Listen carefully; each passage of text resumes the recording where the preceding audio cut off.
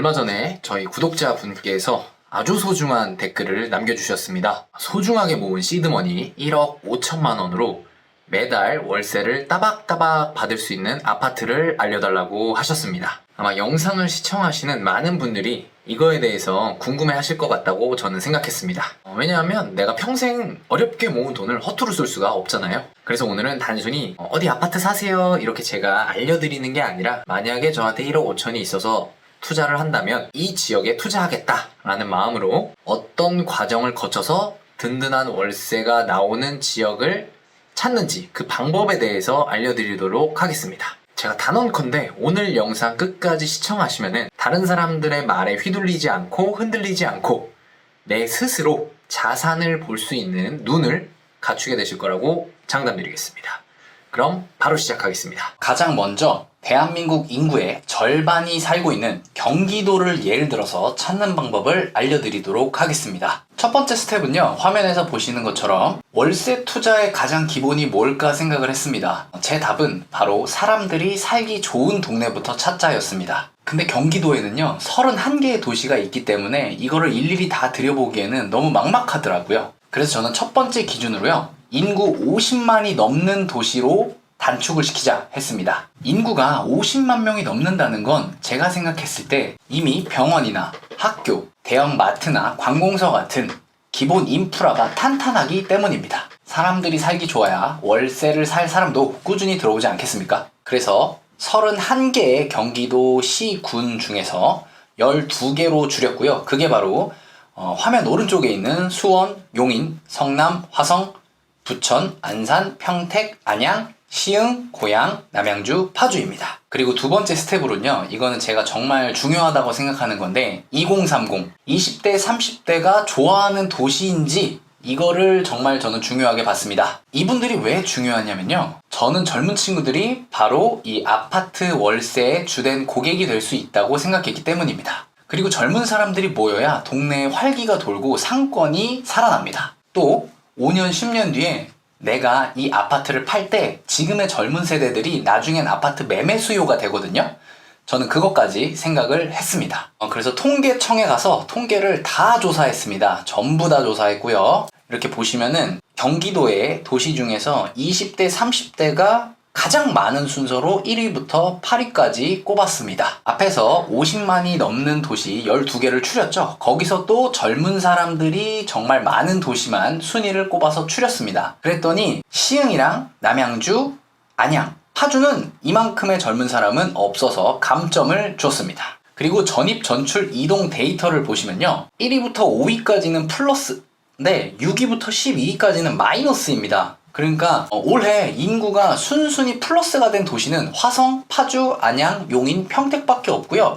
나머지 6위부터 12위는 오히려 전출이 더 많았습니다. 전입, 전출, 이동 데이터도 저는 굉장히 중요하다고 생각을 했습니다. 자, 이번에는 세 번째 기준입니다. 바로 일자리입니다. 사람들이 직장을 따라서 이사를 오고 그 직장 근처에 집을 구하니까요. 그래서 저는 우선 경기도에 산업단지가 많은 도시부터 찾아봤습니다. 산업단지가 많다는 거는 그만큼 일자리가 많다는 증거잖아요. 그쵸? 그래서 순서대로 했을 때 평택, 용인, 화성 이렇게가 20개가 넘는 산업단지가 있었습니다. 그리고 다음으로요, 저는 고용보험에 가입된 수를 파악을 했습니다. 왜냐면은 그냥 일자리 수가 아니라 고용보험에 가입된 수를 보여드려야지 월세를 밀리지 않고 월세를 꼬박꼬박 잘 내는 세입자들을 받을 수 있다고 저는 생각했기 때문입니다. 고용보험 가입자 수를 보시면은 이제 1위부터 5위까지 성남, 수원, 화성, 용인, 고양 이 정도 있습니다. 그리고 요것도 당연히 봐야 될 지표입니다. 각 시별 등록된 사업자 수가 얼마나 많냐, 요것도 1위부터 10위까지 전부 다 제가 조사를 했습니다. 네 번째, 이것도 굉장히 중요합니다. 아무리 월세가 잘 나와도 내가 나중에 자녀한테 재산을 물려주거나 아니면 급하게 목돈이 필요했을 때 안 팔리는 아파트는 속만 탑니다. 그래서 저는 거래가 얼마나 활발한지 꼭 보고요. 거래량이 꾸준하고 많다는 거는 그만큼 파는 사람도 있지만 사는 사람들도 정말 많다는 뜻이거든요. 저는 그래서 거래량이 많은 아파트가 중요하게 생각해서 요것도 넣었습니다. 그래서 보시면은 평택 굉장히 많죠. 평택, 화성, 용인은 5만 건이 넘습니다. 그리고 수원, 고양시는 4만 건이 넘었습니다. 자, 스텝 5는 가장 현실적인 얘기입니다. 바로 수익률입니다. 왜냐면 저희가 월세가 잘 나오는 아파트가 오늘의 주제였잖아요.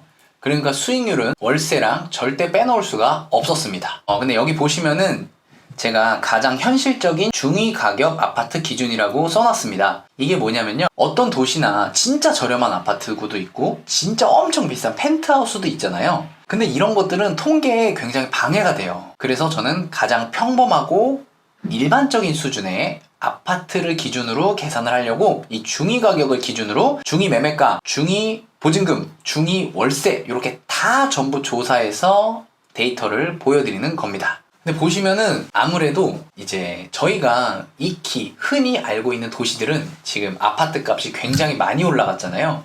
그래서 수익률은 굉장히 떨어지게 나옵니다. 이천, 여주, 안성, 포천 같은 곳이 수익률이랑 자기자본 수익률이 굉장히 높게 나타납니다. 오히려 저희가 지금 잘 알고 있는 성남이나 과천 이런 곳은 비싼 동네이기 때문에 수익률이 낮게 나올 수밖에 없었습니다. 지금 보여드리는 전월세 전환율은요, 쉽게 말씀드리면 월세를 전세로 바꿨을 때 이자율을 의미합니다. 그러니까 이 전월세 전환율이 비쌀수록 월세가 전세에 비해 비싸다, 이렇게 쉽게 생각하시면 될 것 같습니다. 그래서 여기도 역시 월세는 많이 받는데 주택의 가격은 낮은 그런 도시들이 확실히 전월세 전환율이 높게 나왔습니다. 그리고 저의 마지막 스텝은요, 돌다리도 두드려보자, 공급량 체크입니다. 앞으로 2, 3년 안에 내가 아파트를 샀는데 주변에 아파트가 너무 많이 들어와 버리면은 당연히 월세 세입자를 구하기도 어려워지고 월세도 많이 받을 수가 없습니다. 공급이 너무 많으면요. 그래서 프로의 입주 물량이 많은 지역은 일단 조심스럽게 접근을 해야 합니다. 이 위험 요소까지 꼼꼼하게 확인을 했습니다. 25년 하반기부터 27년 상반기까지 입주 물량을 이렇게 정리를 해봤습니다. 그래서 평택, 고양,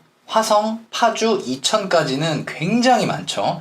제가 봤을 때 평택은 정말 과공급이 맞습니다. 27년 상반기까지. 그래서 이렇게 입주 물량까지 제가 다 계산을 했고요. 그래서 제가 오늘 내가 만약에 경기도에 월세를 받을 아파트를 투자를 하겠다면은 어떤 식으로 접근을 할까에 대한 방법을 이제 여러분들께 보여드렸습니다. 한 번만 더 복습을 해보면요, 저는 일단 인구부터 봤고요. 그 다음에 2030 세대가 얼마나 많이 유입되어 있는지 봤고요. 그 다음에 일자리, 양질의 일자리가 얼마나 많은가를 봤습니다. 그 다음에 거래량이 얼마나 거래되는지 봤고요. 그리고 가장 중요한 수익률은 어떻게 되는지 요거까지 다 계산을 했고, 마지막에 돌다리도 두드려서 건너자 해서 공급량은 앞으로 어떻게 되냐, 요거까지 파악을 해봤습니다. 이렇게 6가지의 스텝을 밟아서 고른 첫 번째 도시는 평택입니다. 제가 평택을 고른 이유는요, 모든 지표에서 최상위권을 얻었습니다. 특히 월세 수요의 근간이 되는 일자리, 그리고 수익률 모두 타 도시 대비 훌륭했고요. 산업단지가 무려 22개나 있어서 경기도 최다 수준이었습니다. 그래서 계속적으로 일자리가 창출될 거라고 생각을 했기 때문에 월세 수요는 앞으로 지속적으로 있지 않을까, 이렇게 생각을 했습니다. 물론 제가 아까 보여드린 수익률에서도요, 자기자본 수익률, 전월세 전환율 모두 높은 수치가 나왔습니다. 인구 유입도 전출보다 전입이 더 많아서 플러스였고요. 근데 이제 제가 다만 제일 걱정되는 거는 공급량이었어요. 25년 하반기부터 27년 상반기까지 입주 물량이 무려 26,273세대인데요. 요거에 대해서 진짜 고민을 많이 했어요. 이 평택을 넣을까 말까를. 근데 저는 여기 써놨듯이 단기적으로는 공급 물량이 많아서 전월세 가격이 주춤할 수 있어요. 근데 장기적으로 봤을 때는 어쨌든 인구가 계속 늘어나고 있고, 그리고 일자리도 계속 있으니까 이거는 커버가 되겠다라고 저는 판단을 했습니다. 그래서 제 영상을 지금 보시는 분들은 만약에 이걸 보고 평택을 유심하게 보시기로 하셨다면은 계속 그 추이를 한번 보셨으면 좋겠습니다. 이 월세랑 전세가 어떻게 변하는지. 그리고 또 뽑은 도시는 바로 화성입니다. 화성은 젊은 층의 순유입이 진짜 활발했고요. 일자리랑 인프라가 동시에 성장하고 있는 저는 이상적인 도시라고 생각을 했습니다. 진짜 강점을 보시면은 젊은 세대 유입률이 무려 2위고요. 그 다음에 순전입 인구가 무려 1,484명이나 됩니다. 경기도 탑이고요. 정말 저는 이거는 월세 시장의 핵심 수요층이 매우 두텁다고 생각을 했습니다. 그리고 산업단지도 20개나 있고 고용보험 가입자 수도 3위니까 평택에 버금간다고 저는 생각을 했습니다. 그리고 거래량도 무려 5만 5천 건이 넘기 때문에 추후 아파트를 내가 매도할 상황이 생겼을 때도 이제 유리하다고 봤어요. 근데 이제 화성도 평택이랑 마찬가지로 만 세대나 2년 안에 유입이 되기 때문에 공급 리스크는 있어요. 근데 이거 역시 저는 입주 물량에 비해서 들어오는 사람이 더 앞으로 많아질 거라고 저는 생각을 해서 화성을 꼽았습니다. 이런 리스크가 있음에도 불구하고. 그리고 세 번째 도시는 안산입니다. 이 안산은요, 다른 후보 도시들이 모두 공급 과잉의 리스크를 안고 있는데 안산은 공급 부담이 향후 2, 3년 동안 없습니다. 그래서 저는 여기는 안정적인 월세 수익을 꾸준하게 기대할 수 있는 저의 역발상 투자처였습니다. 이게 27년 상반기까지 입주 물량이 500세대가 안 됩니다. 그만큼 공급이 안정적이라고 생각을 했고요. 이거는 어쨌든 기존 주택의 희소성을 높여서 월세 가격 방어에 유리한 조건이라고 저는 생각을 했습니다. 그리고 반월시와 국가산업단지라는 거대 일자리 배후 수요가 존재하고요.